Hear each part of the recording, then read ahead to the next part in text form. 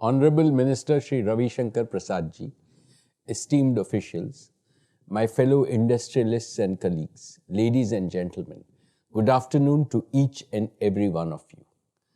My hearty congratulations to the Department of Telecommunications and the COAI of India for commemorating the Silver Jubilee of Mobility in India.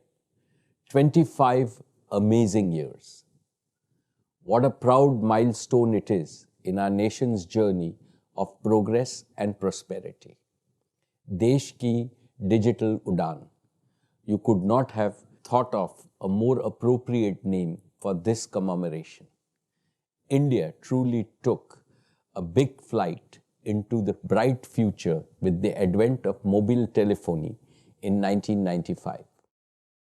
There are rare moments in history when fiction becomes fact, constraint makes way for freedom, and necessity becomes the proverbial mother of invention. The birth of fixed-line telephony was one of them. However, it provided only partial freedom of communication. It did not completely remove the constraint of distance. People needed to communicate from anywhere to anywhere 24/7. It was both their need and their dream. Technology answered their dream, and entrepreneurship satisfied this need. Friends, the transition from landline to mobile was undoubtedly a revolutionary disruption. However, in the past 25 years, mobile telephony itself has undergone many disruptive and transformational changes. I can count 4 fundamental ways in which mobile telephony has changed and has in turn changed India. First, mobility has become affordable beyond all expectations.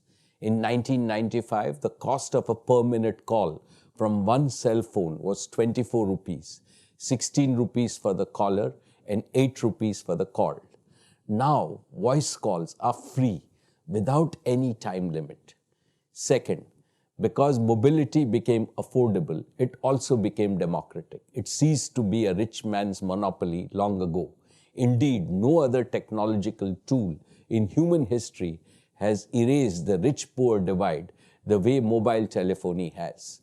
Third, from unifunctional cell phones have become multifunctional because of the mobile internet. The combination of the connectivity revolution and the computation revolution has opened the floodgates of human creativity. Fourth, and most important, with data becoming both abundant and affordable, mobile telephony has become a catalyst for enrichment and empowerment of common Indians in ways that was unthinkable 25 years ago. People are now accessing and exchanging knowledge on their phones. They are receiving news on their phones. They are watching and making videos on their phones. They are buying and selling goods and services on their phones. They are making payments on their phones. They are working from home and studying from home on their phones.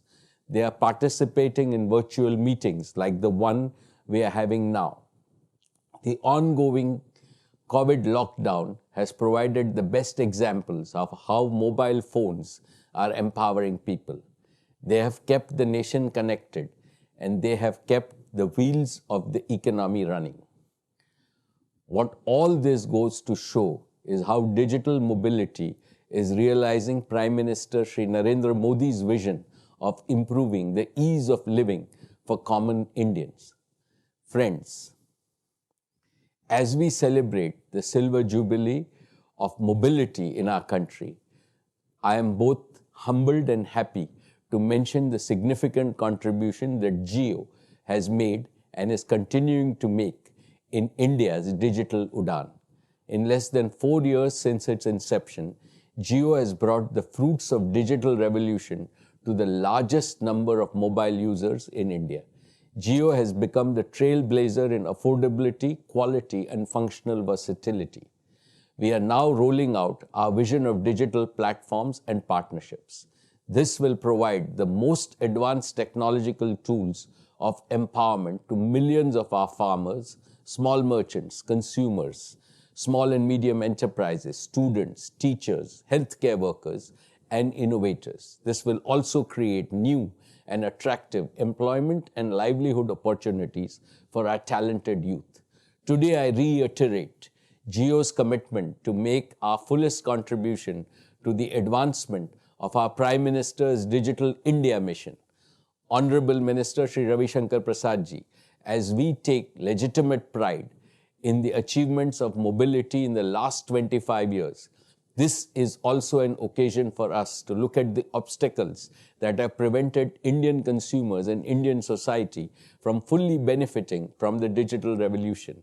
Here I specifically refer to the fact that India still has 300 million mobile subscribers trapped in the 2G era. Their feature phones keep them excluded even from the basic uses of internet. At a time where both India and the rest of the world are standing at the doorsteps of 5G telephony, I think necessary policy steps should be taken with utmost urgency to make 2G a part of history. Distinguished colleagues and friends, it is obvious that the next 25 years will bring even more breathtaking changes in mobility. 25 years ago, India was behind the developed world in mobility. Now the time has come for India to be ahead of the rest of the world in key areas of technology. Let's all work together to realize this vision and mission.